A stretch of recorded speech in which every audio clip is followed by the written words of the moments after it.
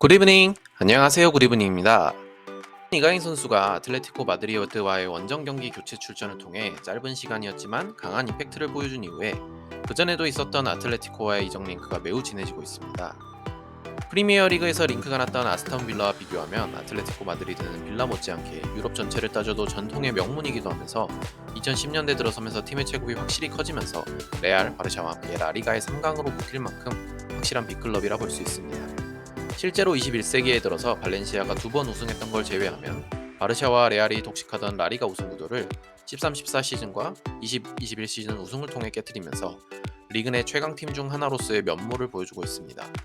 올 시즌은 챔피언스 리그에서 상대적으로 쉽다고 평가받는 조에 배치되었음에도 조별 예선에서 단 1승만을 거두는 졸전 끝에 4위로 조별 탈락하는 수모를 겪었고, 리그에서도 중반부까지는 돌풍의 레알 소시에다드에 밀려 4위 확보에도 위태로운 모습을 잠깐 보여주긴 했지만 24라운드를 기점으로 3위 자리를 탈환하면서 32라운드 기준으로 리그 우승은 어렵지만 2위 레알과는 승점 2점 차에 불과할 정도로 리그 순위를 많이 끌어올린 상태입니다. 그렇다면 아틀레티코는 어떤 팀이고 구단을 2010년대 탑클럽 중 하나로 끌어올린 시메오네 감독의 최근 전술은 어떠할지, 이강인 선수가 이적했을 시 맡을 역할과 경쟁 구도를 살펴보겠습니다. 먼저 아틀레티코 마드리드는 구단 이름에서도 드러나듯이 스페인의 수도인 마드리드를 연고로 하는 구단이며 1903년 창단되어 최근 창단 120주년을 맞이하기도 하였습니다. 아틀레티코는 구단 우승 역사의 대부분이 21세기 이전에 몰려 있는데요. 시메오네 감독이 부임하기 이전엔 리그 총 11회 우승 중 9회가 1900년대, 코파델레이 우승 역시 총 10회 중 9회가 1900년대일 정도로 전통적으로도 레알과 바르샤 다음으로 리그 내에서 매우 강했던 팀입니다. 하지만 2000년대 초반 부진과 더불어 재정적 위기가 겹치면서 흔들리는 시기가 있었습니다. 2000년대 이후 아틀레티코는 훌륭한 공격수를 배출하는 구단이기도 하였는데 페르난도 토레스, 디에고 포르란, 세르기오 아구에로, 라다멜 팔카오 등 쟁쟁한 공격수들이 아틀레티코를 거쳤습니다.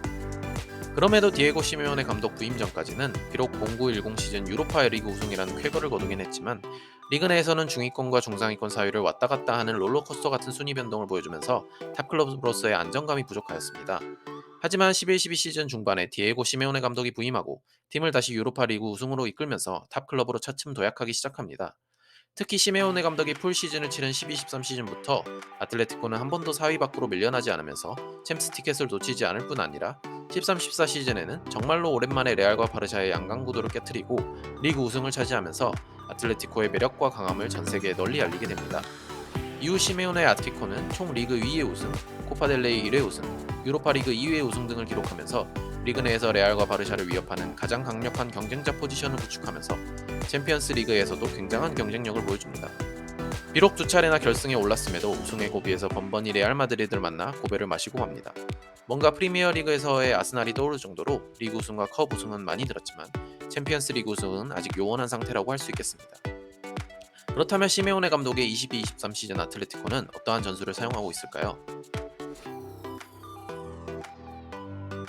보통 시메오네 부임 이후 아틀레티코는 공수간격이 타이트한 4-4-2 포메이션으로 흔히 대변되는 팀이었습니다.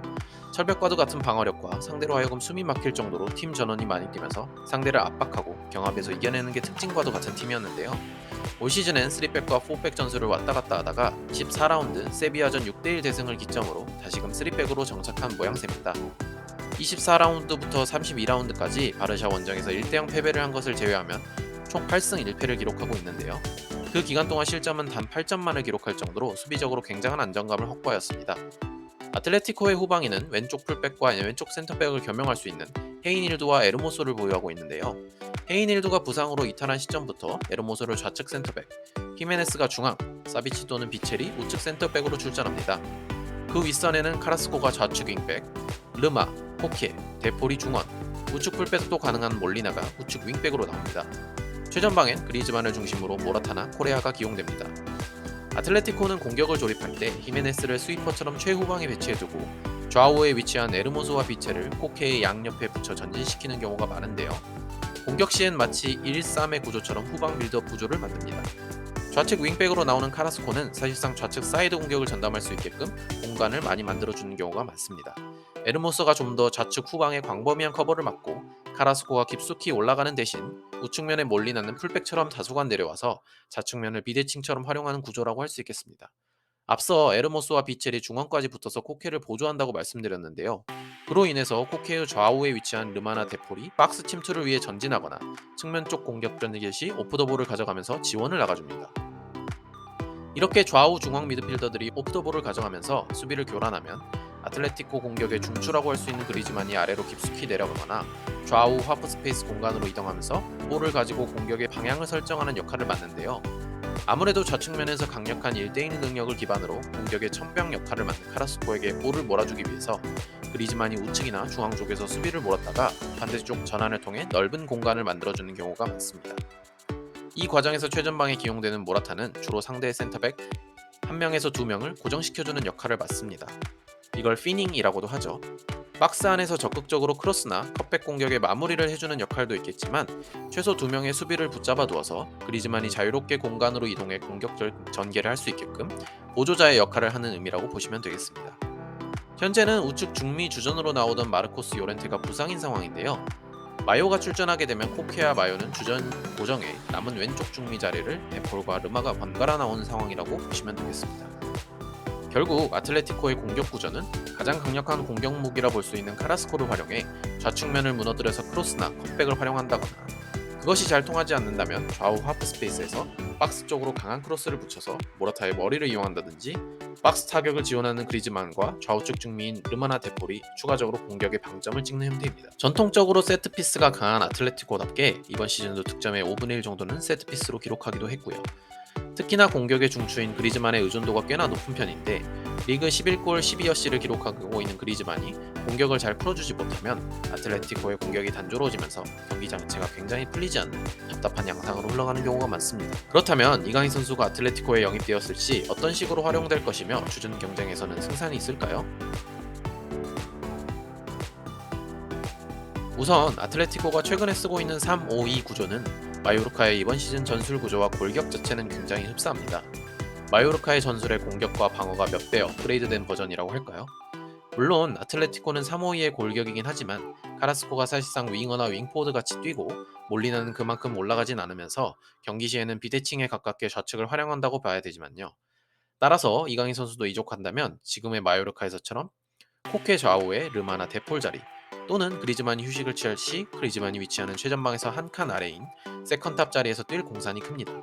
마치 무리키만 나올 때는 무리키 아래에서 무리키와 은디아이가 같이 나올 때는 그보다 더 한 칸 아래에서 뛰는 이강인의 위치를 감안하면 딱 그 자리가 들어맞는다고 하겠습니다. 만약 아틀레티코가 3백이 아닌 4백 4-4-2를 사용한다면 이강인이 뛰는 위치는 국대 포메이션처럼 좌우측의 사이드 미드필더거나 손흥민 선수의 자리인 최전방 한 칸 아래에서 뛸 가능성도 있습니다. 예측해보자면 카라스코와 좌측 미드필더, 가운데는 코케, 마요, 데폴 등이 위치할 것이고 우측 사이드 미드필더에 이강인이 뛸 수 있습니다. 3백일 때는 마요르카와 비슷한 위치, 4백일 때는 국대와 비슷한 위치에서 뛸 수 있기 때문에 강인 선수 입장에서는 어떤 포메이션건 그닥 어려움 없이 원래 뛰는 것처럼 뛸 수 있다는 장점이 있는 겁니다. 그렇다면 주전 경쟁은 어떨까요? 제가 이전 아스톤 빌라 글에서는 이강인 선수가 충분히 주전 경쟁할 만하다고 말씀을 드렸는데요. 아틀레티코 마드리드는 빌라보다는 확실히 어렵긴 하다가 제 의견입니다. 물론 단기적으로 보지 않고 장기적으로 본다면 이강인 선수가 주전으로 도약할 가능성은 매우 높아요. 전반적으로 아틀레티코의 스쿼드가 연령대가 높습니다. 유망주인 03년생 파블로 바리오스를 제외하면 3상과 2선에서 뛰는 선수들이 대부분 90년대 초반생들이 많습니다. 다들 만 나이로 20대 후반에서 30대 초반에 해당하기 때문에 몇 년이 지나면 이제 전성기에서 다들 꺾이는 나이대라고 볼 수 있습니다. 핵심인 그리즈만도 91년생으로 만 32살인데다가 그나마 젊은 축인 르마나 마르코스 요렌테도 95년생으로 리빌딩을 마친 빅클럽들에 비하면 전반적으로 연령대가 높기 때문에 01년생인 이강인 선수가 적응만 잘 마친다면 세대 교체의 핵심이 될 가능성이 높습니다. 그러나 단기적으로 봤을 때 당장 바로 주전으로 뛸 수 있다? 그렇다라고 단언하기는 어렵습니다. 물론 겨울부터 아틀레티코가 이강인을 눈여겨보았고 이전 맞대결에서 이강인 선수가 워낙 좋은 모습을 보였기에 시메오네가 이강인 영입을 승인했다는 기사까지 나오는 마당에 영입이 된다면 어느 정도 출전 시간은 보장해줄 확률이 있습니다. 하지만 마요르카에서처럼 핵심이자 닥주전으로 당장 뛰기엔 어렵고 본인이 부여받은 출전 시간 내에서 증명해야만 하는 압박감이 있을 겁니다. 물론 저는 이강인 선수가 일정 이상의 출전 시간만 보장된다면 충분히 본인의 역량을 증명할 거라고 믿지만요. 특히 현재 부상으로 빠져있는 마요가 돌아온다면 3미들 중 코케와 마요 자리는 사실상 고정이기 때문에 테폴, 르마와 함께 남은 한 자리에서 경쟁해야 합니다. 누군가 미드필더 방출이 있지 않는다면요. 더군다나 아틀레티코는 빌라와 달리 미드필더 쪽 자원들이 굉장히 넉넉한 편입니다.